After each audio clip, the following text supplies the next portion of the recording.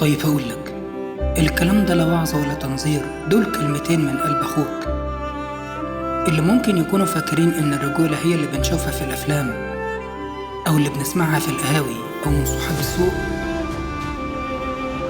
على فكرة، لو اللي اتحبس جدع فاللي ما اتحبسش أجدع، ولو اللي عمل خصومة جدع فاللي قدر يلم الدنيا بعقله ويصلح ويحبب الناس فيه ده أجدع وأعقل وأفهم.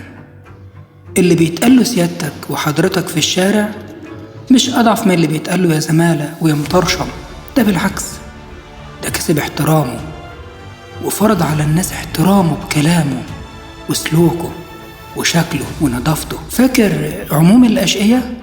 أهو هو واقف انتباه قدام وكيل نيابة اللي أصلا يمكن نص عمره، وشايفه اهو نايم متسيف على الأرض باقي حياته، ودخل أماكن كسرته وكسرت اللي جواه، ولا واحد منهم اتقال له انت جدع من قلب الناس اللي بتحبه بجد.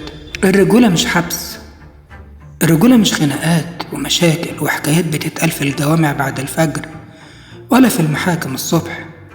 الرجولة مش انك تبهدل امك وابوك وتوجع قلوبهم كل يوم. الرجولة مش انك تشحت على الناصية، الرجولة مش انك تبيع نفسك لشارع ولا سجارة ولا شلة. اقولك على الرجولة الحقيقية، انك تبقى محترم، وشك حلو ولسانك طيب، انك تاكل من تعبك وتصرف على بيتك واهلك بشقاك.